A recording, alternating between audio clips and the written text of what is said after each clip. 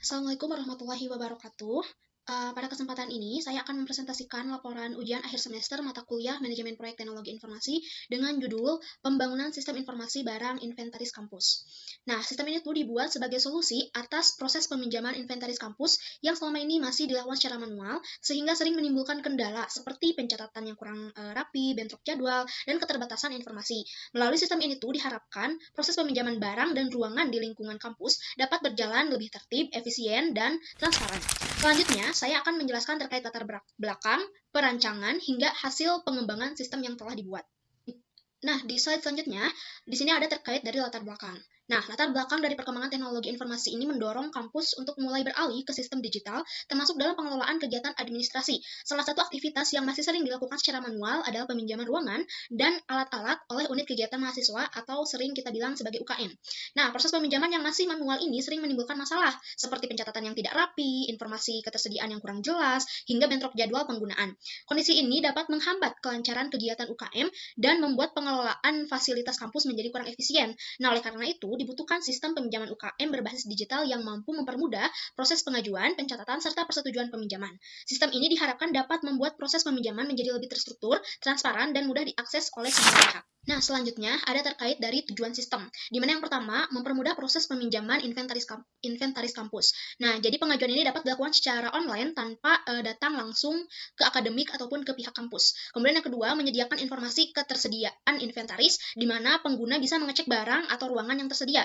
Jadi tidak langsung datang ke tempat, ternyata barangnya tidak ada atau ruangannya tidak ada, tapi bisa dicek terlebih dahulu apakah barangnya ada ataupun tidak. Jika barangnya itu tersedia, maka mahasiswa ataupun orang-orang yang ada di kampus itu bisa atau boleh meminjam inventaris dari kampus. Terus yang ketiga, mendukung pengelolaan inventaris yang terstruktur, di mana data peminjaman ini tersimpan rapih dan mudah dipantau. Nah, jadi tujuan dari pengembangan sistem ini adalah untuk membangun sistem peminjam inventaris kampus yang terkomputerisasi. Nah, dengan sistem ini tuh UKM dapat mengajukan peminjaman secara online tanpa harus datang langsung, serta mendapatkan informasi yang lebih jelas mengenai ketersediaan dan status peminjaman barang maupun ruangan. Di next slide, di sini ada terkait gambaran umum sistem. Nah, pada bagian ini tuh dijelaskan gambaran umum dari sistem peminjaman inventaris kampus, di mana sistem itu merupakan sistem informasi berbasis web yang dapat diakses melalui laptop maupun smartphone. Nah, sistem itu digunakan untuk mengelola proses peminjaman inventaris kampus, baik barang maupun ruangan, secara terintegrasi dalam satu platform. Nah, fitur utama sistem ini meliputi pengecekan ketersediaan, pengajuan peminjaman, serta proses persetujuan. Selain itu, sistem juga memiliki ruang lingkup pengelolaan data inventaris, peminjaman, dan penyajian laporan sederhana untuk membantu monitoring. Oke, di next slide yang ini ada terkait stakeholder system. Nah, pada sistem ini terdapat dua stakeholder utama. Yang pertama adalah admin atau pengelola inventaris yang bertugas mengelola data barang dan ruangan sekaligus melakukan persetujuan peminjaman. Apakah peminjam itu disetujui ataupun tidak gitu ya. Terus yang kedua adalah pengguna sistem, yaitu mahasiswa, dosen, dan unit kampus, di mana mereka ini menggunakan sistem untuk mengajukan peminjaman secara online dan melihat status pengajuannya tanpa perlu datang langsung ke bagian inventaris. Di slide selanjutnya, di sini ada terkait analisis kebutuhan sistem.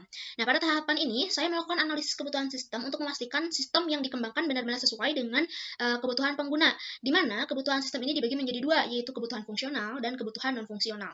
Nah, untuk kebutuhan fungsional, sistem harus menyediakan fitur utama seperti pengajuan peminjaman, terus juga pengecekan ketersediaan barang ataupun ruangan, serta proses persetujuan peminjaman oleh admin. Nah, fitur-fitur itu menjadi inti dari sistem agar proses peminjaman bisa berjalan dengan tertib dan terstruktur. Selain itu, sistem juga harus mampu menyimpan dan menampilkan data peminjaman sehingga pengguna bisa mengetahui status peminjaman dan menghindari adanya bentrok jadwal. Kemudian, untuk kebutuhan non-fungsional, sistem ini tuh dirancang dengan tampilan yang sederhana dan mudah digunakan agar semua pengguna dapat mengoperasikan sistem tanpa kesulitan, di mana sistem juga harus stabil, responsif, dan aman, sehingga data peminjaman serta data pengguna tetap terlindungi dan sistem dapat digunakan secara berkelanjutan. Nah, dengan terpenuhinya kebutuhan fungsional dan non-fungsional ini, diharapkan sistem dapat berjalan secara optimal dan mendukung aktivitas peminjaman inventaris kampus. Oke, selanjutnya di sini ada terkait prioritas kebutuhan sistem. Nah, di sini fitur-fitur yang ada di sistem kita dibagi ke beberapa tingkatan prioritas supaya proses pengembangan ini lebih terarah dan fokus ke kebutuhan utama terlebih dahulu. Nah, yang pertama ada prioritas tinggi. Ini bisa dibilang fitur paling utama atau inti dari semua sistem. Nah, kalau bagian ini tuh tidak ada, maka sistem peminjaman ini tidak bisa akan berjalan gitu ya. Terus juga fitur yang masuk ke prioritas ini ada antara lain pengajuan peminjaman, pengelolaan data inventaris, dan proses persetujuan dari admin. Nah, jadi lewat fitur ini, pengguna bisa mengajukan peminjaman barang ataupun ruangan, dan admin bisa memproses secara menyeluruh gitu ya, maupun menyetujui pengajuan ataupun tidak gitu. Nah, selanjutnya ada prioritas sedang. Fitur di level ini berfungsi sebagai pendukung supaya sistem lebih nyaman digunakan. Contohnya, seperti tampilan dashboard yang rapih dan fitur riwayat peminjaman. Kemudian fitur ini juga membantu pengguna melihat informasi dengan lebih jelas dan terstruktur. Walaupun tidak sepenting fitur utama, keberadaannya ini cukup penting untuk meningkatkan kenyamanan dan efisiensi pengguna saat memakai sistem. Dan yang terakhir ada di prioritas rendah. Nah, fitur di tahap ini sifatnya sebagai pengembangan lanjutan atau tambahan. Contohnya seperti notifikasi otomatis atau laporan dalam bentuk grafik. Nah, fitur-fitur ini tuh tidak wajib di awal, tapi bisa ditambahkan setelah sistem utama ini berjalan. Di mana si sistem utama yang tadi itu sudah berjalan dengan optimal atau dengan baik, nah maka bisa ditingkatkan kualitasnya dan nilai tambahnya dari aplikasi yang kita buat gitu ya, dengan menambahkan fitur-fitur pendukung. Nah, setelah membahas sistem yang akan dikembangkan, selanjutnya saya akan menjelaskan terkait struktur organisasi pada proyek ini. Nah, struktur ini tuh dibuat supaya pembagian tugas ini jelas dan proses pengerjaan proyek ini bisa berjalan lebih terarah dan efektif. Nah, di mana yang pertama ada terkait project manager atau manajer proyek. Nah, di posisi project manager ini ada saya sendiri, Fahira Zinanggraini. Nah, tugas saya ini adalah mengkoordinasikan seluruh kegiatan proyek, mulai dari perencanaan, pembagian tugas, sampai memastikan setiap tahapan berjalan sesuai jadwal yang sudah ditentukan. Nah, terus yang kedua ada terkait sistem analyst dan UI UX designer. Nah, untuk perancangan sistem ini tuh untuk perancangan sistem ini tuh ada Endah sebagai sistem analyst yang bertugas menganalisis kebutuhan sistem berdasarkan permasalahan yang ada. Selain itu, ada Dena sebagai UI UX designer yang berfokus pada desain tampilan aplikasi agar mudah digunakan dan nyaman bagi para pengguna. Terus ada juga terkait programmer, tester, dan dokumenter. Nah, di bagian teknis ini ada Amel dan Anissa sebagai programmer yang bertanggung jawab dalam proses pengembangan dan implementasi sistem. Khususnya untuk Anissa, selain sebagai programmer, juga berperan sebagai tester dan dokumenter untuk memastikan sistem berjalan dengan baik serta terdokumentasi dengan rapi. Nah, selanjutnya kita masuk ke bagian arsitektur sistem atau bisa dibilang cara kerja dari sistem peminjaman inventaris ini. Nah, sistem yang kita buat ini berbasis web, jadi pengguna nggak usah untuk install aplikasi tambahan, cukup buka lewat browser di HP ataupun laptop, maka sistem sudah bisa langsung digunakan. Nah, secara garis besar, sistem ini tuh menggunakan model client, server, dan database. Nah, di mana klien itu bagian dari tampilan yang dapat dilihat oleh pengguna seperti halaman peminjaman atau daftar inventaris. Nah, untuk servernya ini berfungsi untuk memproses proses permintaan, misalnya saat pengguna mengajukan peminjaman atau admin menyetujui permohonan. Nah, sedangkan untuk database digunakan untuk menyimpan seluruh data, mulai dari data barang ruangan sampai data peminjaman. Nah, semua data-datanya itu tersimpan secara terpusat di database, sehingga informasi yang ditampilkan di sistem selalu konsisten dan mudah dikelola. Atau terus juga yang terakhir ada terkait akses real time. Nah, keunggulan dari arsitektur ini adalah informasinya bersifat real time. Jadi, kalau ada barang yang baru saja dipinjam, statusnya langsung berubah di sistem secara otomatis. Nah, hal ini memudahkan admin dan pengguna untuk melihat kondisi inventaris tanpa perlu mengecek secara manual. Nah, selanjutnya, tadi setelah kita bahas dari arsitektur sistemnya, sekarang kita akan lanjut ke bagian use case diagram. Nah, di sini kita dibagi menjadi dua, yaitu pertama ada pengguna, terus admin. Nah, teman-teman juga bisa melihat di bagian fotonya gitu ya, perbedaan antara admin dengan pengguna di dalam use case diagram itu seperti apa sih? Nah, singkatnya, diagram ini tuh nunjukin siapa saja yang akan memakai sistem ini dan aktivitas apa saja yang bisa mereka lakukan di dalam sistem ini. Nah, di sistem peminjaman inventaris kampus ini ada dua aktor utama, yaitu pengguna dan admin. Masing-masing punya peran dan akses yang berbeda supaya sistemnya tetap tertata dan aman. Jadi, yang pertama dari sisi pengguna, di mana pengguna ini bisa mahasiswa, dosen, ataupun unit kampus lainnya. Nah, mereka bisa langsung login ke sistem, kemudian lihat daftar barang ataupun ruangan yang tersedia, kemudian mengecek jadwal peminjaman, lalu mengajukan peminjaman sesuai kebutuhan. Nah, selain itu, pengguna juga bisa memantau status peminjamannya, apakah masih menunggu persetujuan, ataukah sudah disetujui, ataukah peminjaman itu ditolak gitu ya. Terus, kemudian yang kedua, kita melihat dari sisi admin. Nah, admin ini berperan sebagai pengelola sistem, di mana admin bisa mengelola data inventaris, seperti menambah ataupun mengubah data dan data barang dan ruangan. Nah, selain itu, admin juga bertugas untuk memverifikasi pengajuan peminjaman dari pengguna apakah disetujui atau ditolak, serta melihat data dan laporan peminjaman sebagai bahan pemantauan. Nah, Kalau sebelumnya kita bahas siapa saja yang terlibat di sistem ini, sekarang kita akan membahas terkait activity diagram. Nah, bagian ini tuh nunjukin alur proses peminjaman dari awal sampai akhir. Jadi, kelihatan jelas gimana sistem ini tuh bisa bekerja secara step by step. Nah, prosesnya itu dimulai dari pengguna. Bisa tadi ya, seperti yang dijelaskan, mahasiswa, dosen, ataupun unit kampus. Nah, di mana mereka itu nanti masuk ke sistem lalu mengisi formulir peminjaman. Di sini pengguna mengisi data diri, kemudian milih barang dan ruangan, dan menentukan tanggal peminjaman serta pengembaliannya. Setelah itu, pengajuan langsung dikirim ke sistem. Nah, setelah pengajuannya dikirim, sistem akan menyimpan data tersebut dan meneruskannya ke admin. Nanti admin kemudian melakukan pengecekan mulai dari ketersediaan barang ataupun ruangan sampai kesesuaian data peminjaman. Jadi pengajuan ini tuh tidak langsung diterima begitu saja. Nah, di tahap ini admin menentukan keputusan kalau semua data sesuai dan barang tersedia, maka admin menyetujui pengajuan. Lalu status barang otomatis berubah menjadi dipinjam. Tapi kalau barang sedang digunakan atau tidak memenuhi ketentuan, maka admin bisa menolak dengan pengajuan tersebut. Nah, untuk lebih jelasnya bagaimana tugas dari aktivitas di dalam sistem ini, teman-teman bisa melihat pada bagan yang ada di gambar di dalam slide ini.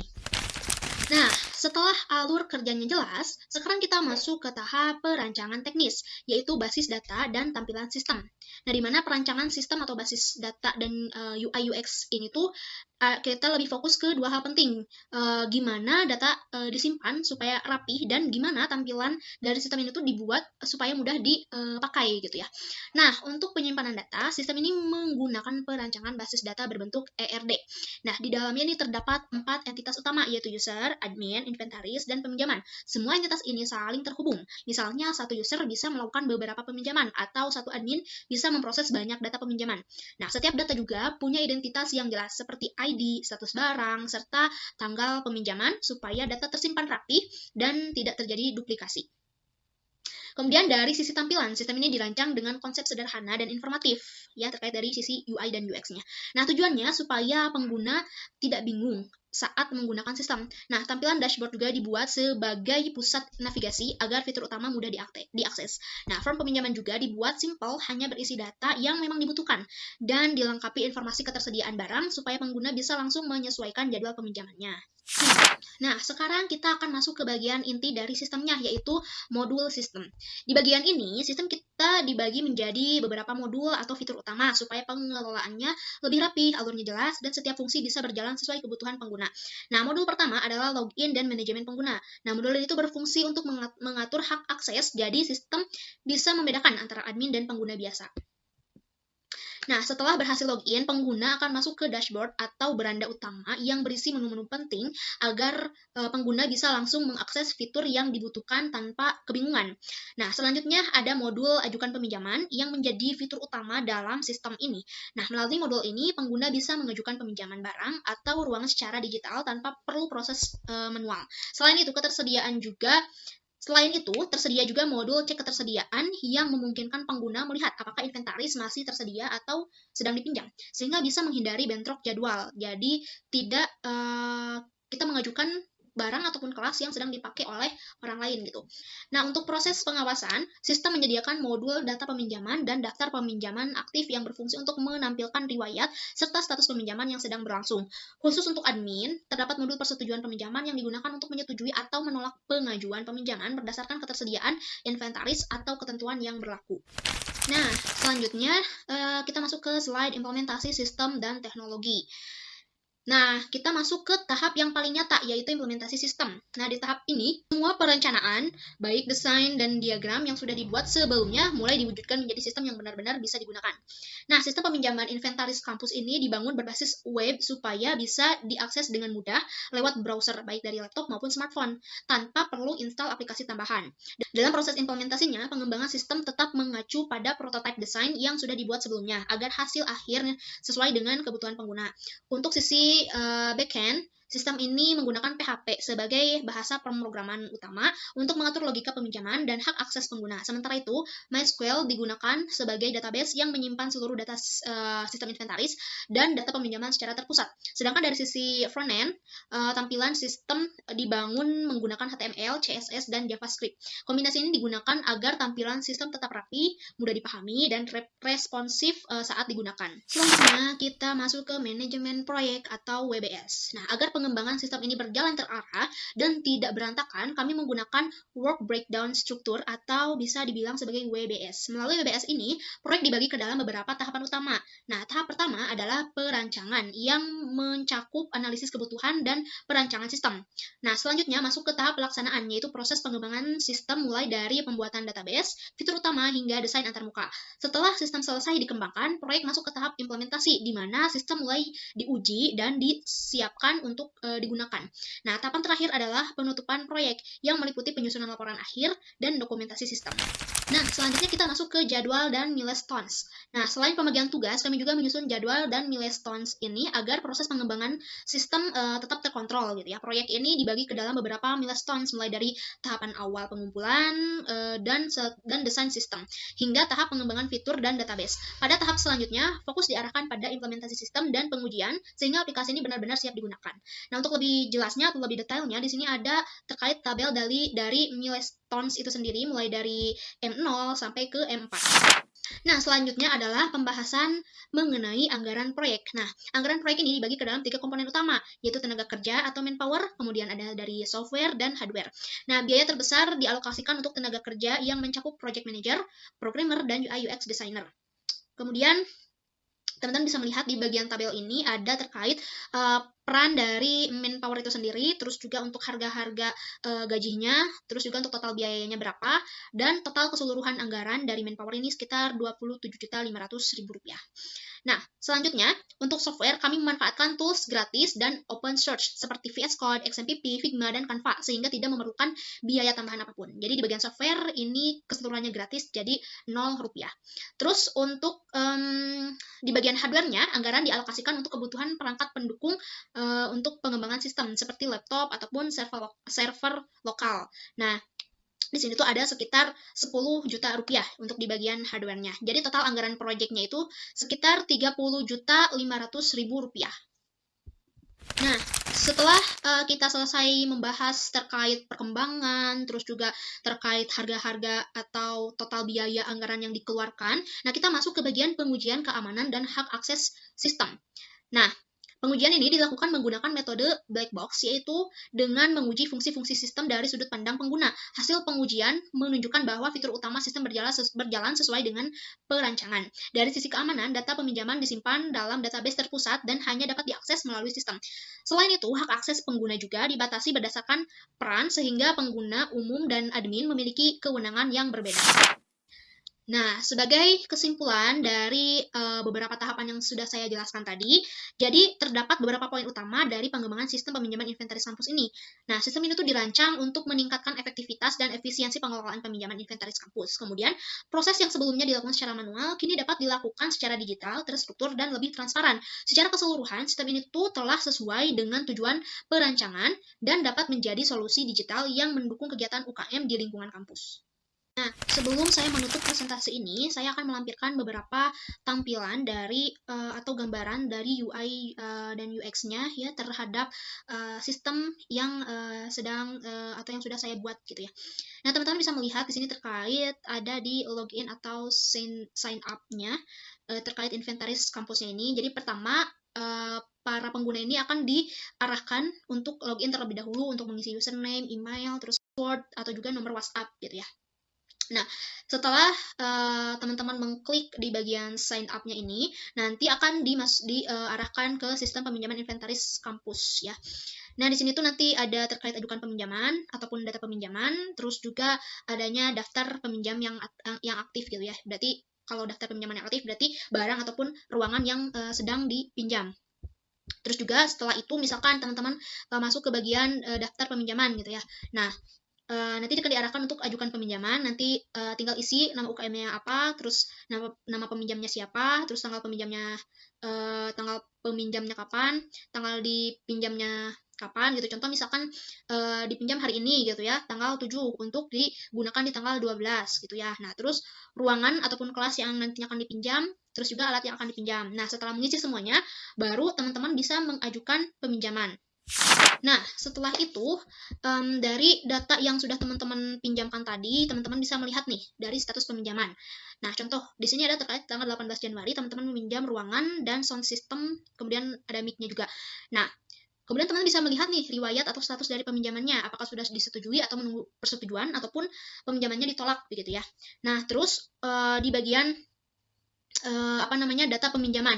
Nah, untuk data peminjaman ini tuh maksudnya ini adalah data peminjaman yang pernah teman-teman lakukan gitu ya. Contoh misalkan teman-teman pernah melakukan peminjaman di tanggal 28 Desember 2025, nanti akan tersimpan gitu ya. Oh, teman-teman pernah meminjam di tanggal tersebut di ruangan apa, terus alat ataupun ini yang dipinjamnya apa gitu ya, inventarisnya yang dipinjamnya apa gitu.